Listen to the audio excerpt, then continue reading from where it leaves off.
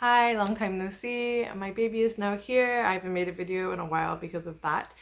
Right now he is asleep, so I thought that I would make a video about my experience on giving birth in Korea because it was a bit different than what I've heard my friends back home had. So just in case you're curious or whatnot, I'm going to talk about my birth story. So right now I'm at a Jordiwon, it's called. It's like a Korean after-birth care center. So after you give birth, you stay at the hospital if you have a natural birth, usually for 3 days, 2 nights, depending on how it went. And then you go home, or a lot of Koreans go to this place.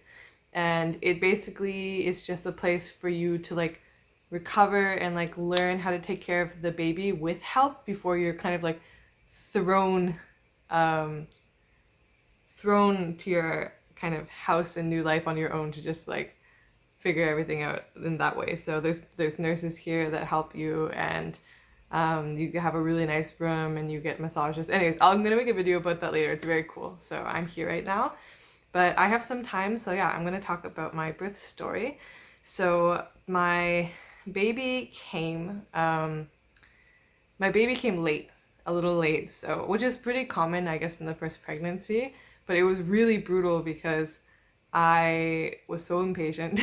Like I remember when the 40th day came and like he had no signs of coming out. Like I had no contractions, I had no anything, and like I was trying so hard to get him to come out. Like I was trying everything to like naturally induce the pregnancy. I was like walking a lot, squatting, exercising, eating like pineapple. Like I just tried everything like that there was to get this baby to come on time, but it did not happen. So then when it was about 5 days past the original expected due date, I went to the doctor and she was doing a checkup, and she unfortunately found out that the baby had too low too low amniotic fluid. So she was worried because I mean that's not good for the baby. So she suggested that I be induced since I had like no symptoms of my pregnancy coming like this. So I didn't want to be induced. I wanted to just have like a completely natural pregnancy, but it did not happen. So anyways, of course, like baby's health is first. So I said, sure, like I don't want to be induced, but I will be induced if that's what you think is like best. And also the other thing that was happening at the time was that my blood pressure was slowly going up. Like up until this point, it had been fine, but it was starting to get higher. And then if it gets too high, that puts me at risk of something called preeclampsia. I think that's what it's called. But anyways, it puts me at risk of something else, which is not good for me or the baby either. So anyway, so we decided to be induced. So I went in on that Friday. I think that was 6 days past this due date. Or no, it was the next day or next day. But anyway, so I went in on Friday, and I went in around 9:45. My doctor first checked me and the baby again to see like his size and his heart rate and make sure everything was fine. And then I started to be induced by drip, so using oxytocin at, I think it was around 11. Yeah, 11 that morning. Um, what else was there besides that? So first she did I think it's called a membrane sweep. Membrane sweep. So to try to induce the pregnancy on its own, that had no effect. So then they started the oxytocin drip. So I was waiting. They gave me one of those like bouncy yoga balls, exercise balls, to use to bounce on to try to like exercise to get the baby to come out. So the whole day went by basically. At the same time, they were monitoring the baby's heart rate and my contractions. So they were trying to see everything was fine. The whole day went by pretty uneventful until around like I'd say 3 p.m.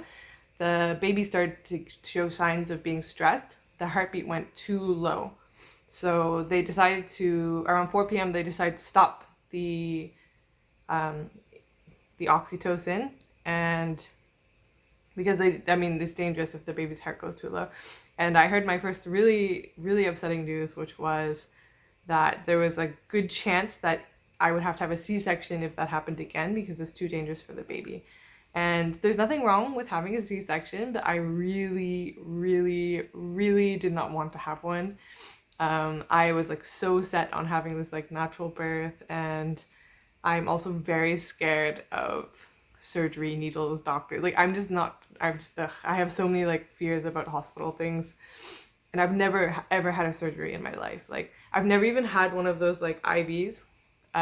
This was the first time I had one. I mean, I probably had one when I was really young, but I can't even remember it. Like I've just never gotten really sick. That's good. But anyways, I've never gotten really sick, so I've never had surgery, so I was just very scared. And then so anyways, yeah, so that night I went back to the room. I think we ate a little bit and I had a little bit of water, but I couldn't eat much, and I didn't eat much the day before. I basically fasted because there was now the chance that I was going to have surgery. So you can't eat if you're having surgery. So I just, yeah, fasted then for the next time. And then the next morning I woke up around 6. I think I restarted the drip around 6 a.m. It was quite early. And they were monitoring me again, and luckily the baby's heart rate didn't go down, but almost the whole day went by. I think around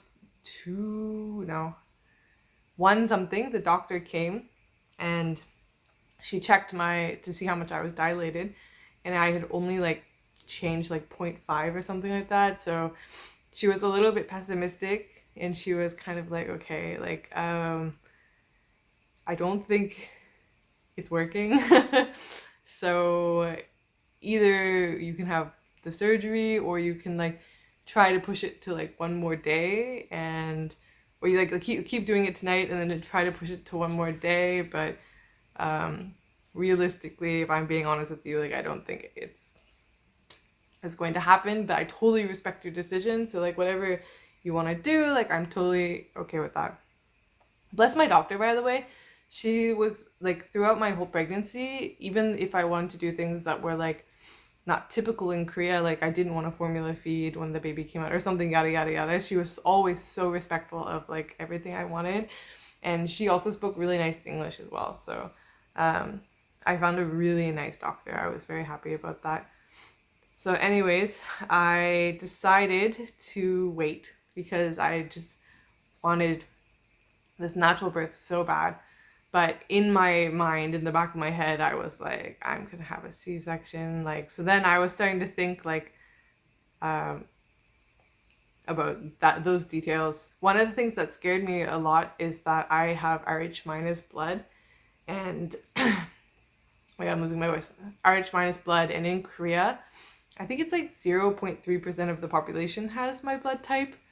My blood type's rare everywhere, but in Korea it's like very, very rare. So I was very stressed about that. I have Rh minus A. And yeah, so I was like, oh, they don't have my blood. Like, what am I going to do? Luckily, my doctor found out which hospital was closest, or which blood bank was closest that carried my blood.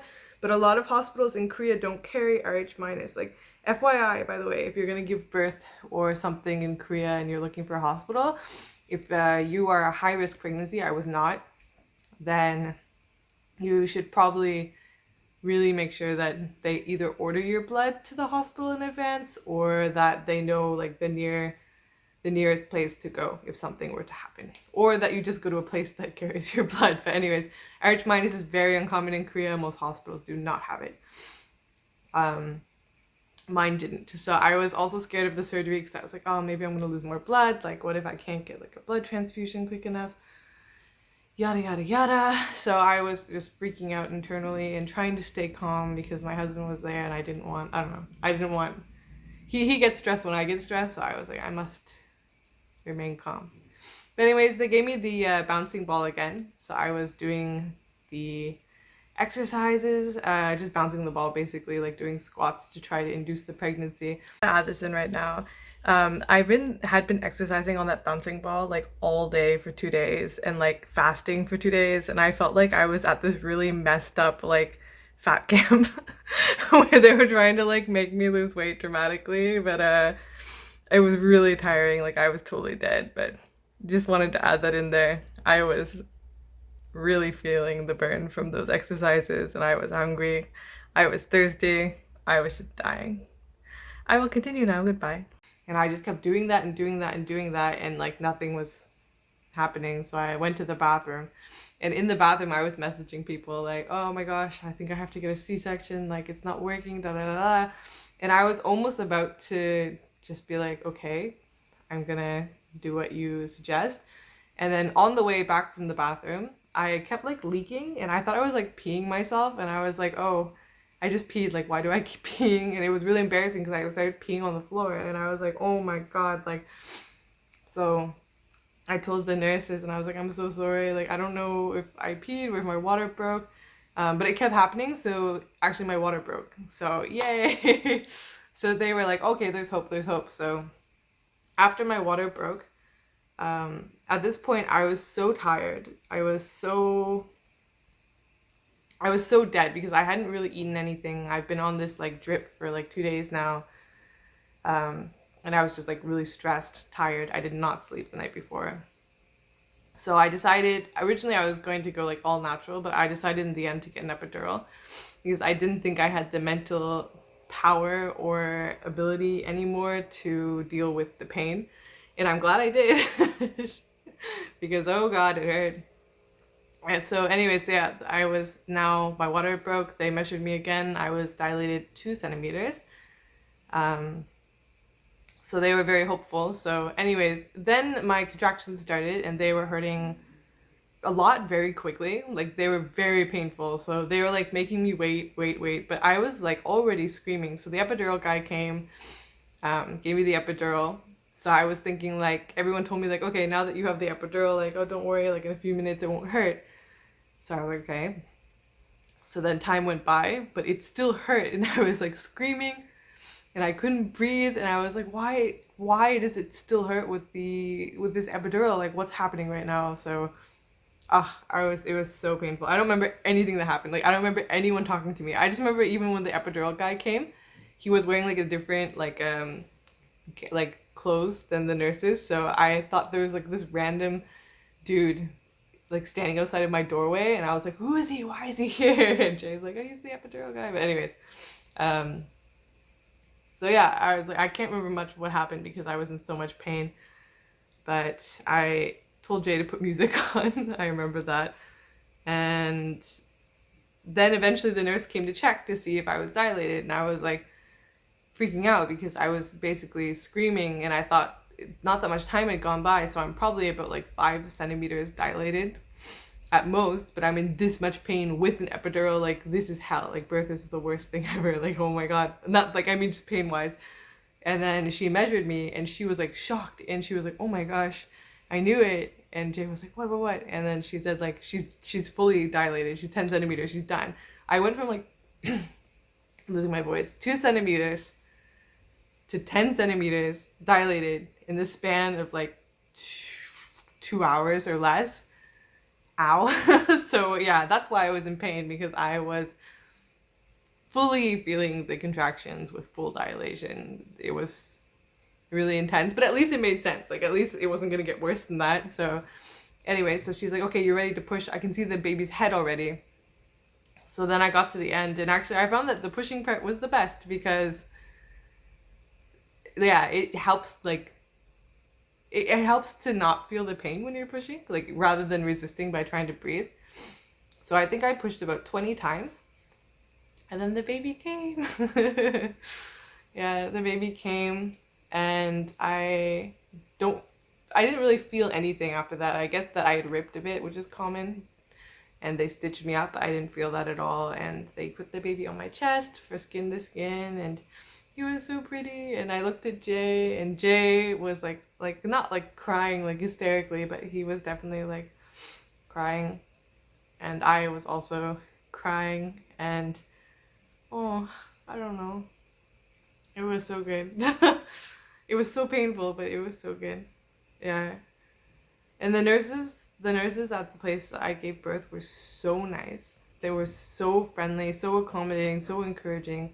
So I feel really blessed about that too.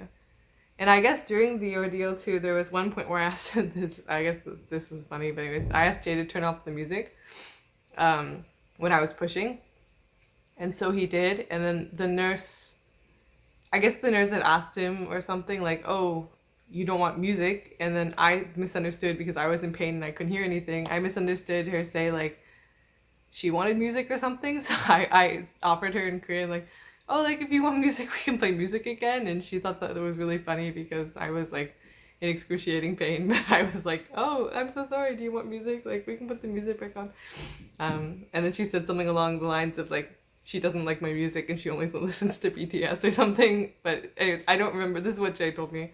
But yeah, I think I had a really good experience in Korea giving birth. I do want to say though that I've heard from a lot of people that some hospitals really encourage, not like mine was not like this. My C-section was very like, my C-section recommendation was for a really good reason.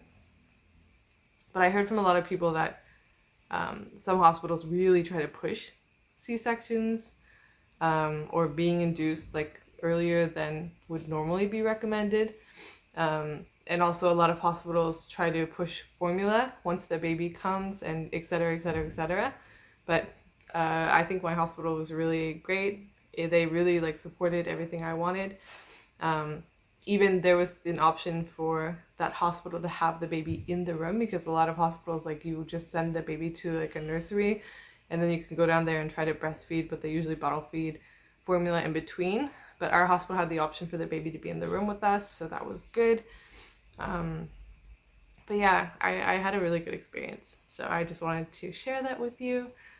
And of course, I will introduce my precious baby to you guys soon, and I'm going to show you this really amazing aftercare center as well. So that's all for now, and I will see you again soon. Bye!